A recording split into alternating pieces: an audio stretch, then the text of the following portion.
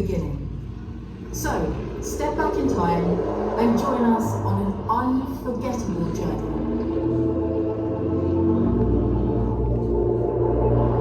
Walter Owen Bentley, known as W.O., was born with a love of motion.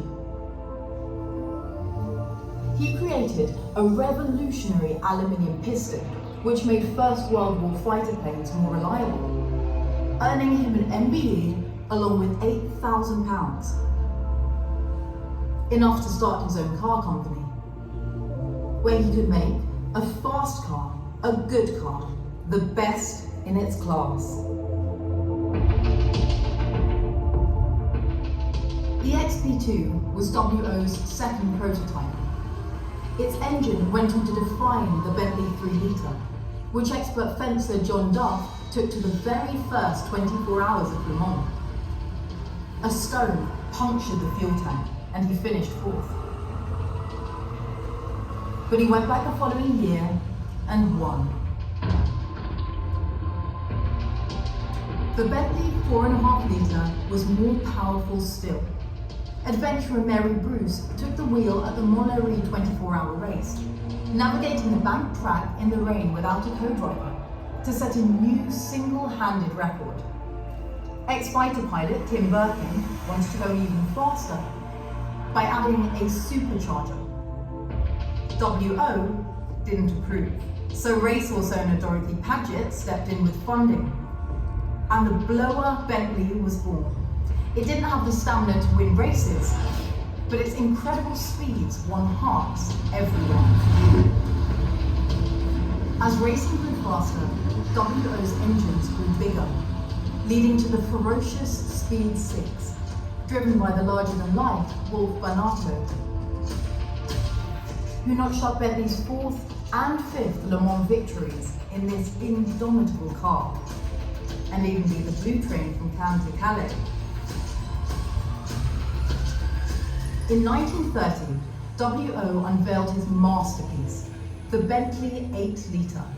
He loved it so much, he drove it himself, travelling down through France in a single day, arriving in the Côte d'Azur before the street lamps came on. It combined immense power with refined luxury, just like every Bentley built since. The car was exceptional. The timing was not. The Wall Street crash led to a drop in demand, and Bentley was sold to arch rival Rolls-Royce. The new era combined the best of both companies. Agility met refinement in the 3.5-litre Derby Bentley, nicknamed the silent sports car, which was eagerly adopted by celebrities of the day. In 1939, designer Georges Paulin created a radical Bentley prototype. The Mark V Corniche was as elegant as it was aerodynamic, though it wasn't around for long. Test driver Percy Rose crashed it into a tree, and then it was destroyed in the Second World War. But the story didn't end there. A team of expert enthusiasts and Bentley Mullen specialists set out to rebuild it, restoring the car to its original form, the one that inspired every Bentley that followed.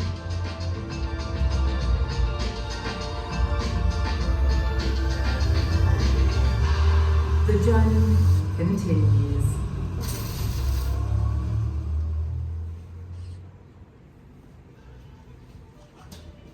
So ladies and gentlemen, I hope you enjoyed that early part of the history of Bentley Motors. And in this room is some of the most iconic Bentleys in the world.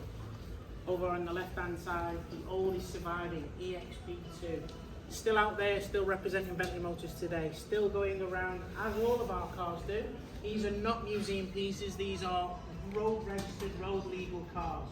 So EXP2, the oldest surviving Bentley in the world, and what I love about this car, when I'm with our guests here today specifying their new car, they have the option to have heads-up display. That car was built in 1919 and it has heads-up display. Because if you were sat in that seat, you look through the Brooklands window, at the end of the bonnet, there's a little gauge there that's giving you some information, the water temperature gauge. So that's information coming through the windscreen. So please don't believe that it's the latest technology, because there you can see it in its analog form. But also special on that car, that is a race car. 80 mile an hour racing and chasing in that car. If you look closely at the front wheels, there's no brakes on it. So the Bentley boys, they weren't wired up right. Some of us still are. Yeah, but this is where they were starting their journey. So we dominated at Le Mans 24, 27, 28, 29, 30. We even went back in 2003 and got our 6th win. But what did we do in 25, 26? The 3 litre speeds. Those cars broke 21 world records, hill climb sprints, and there is one of those wonderful cars here. Next to it, you saw Mr. Birkin, Tim Birkin, one of the Bentley boys. He had a different theory and ethos than WO. His was to supercharge the front of WO's naturally aspirated Speed 6. You can see there on the front the Armour's really supercharger and the twin SU carburetors. So forcing that fuel air mixture. And WO said to Mr. Birkin, if you do that to my car will be unreliable. You will never win at Le Mans. And he was proven right, he never did. But he served the purpose. Tim Birkin left the line, he was chased by Caracciola in his supercharged Mercedes. The Alphas, the Stutz, they all chased him, they all failed to proceed. And then WO's naturally aspirated came through and won the race. So ladies and gentlemen, we have the hare and the tortoise. But we don't mind because they both carry a beautiful emblem.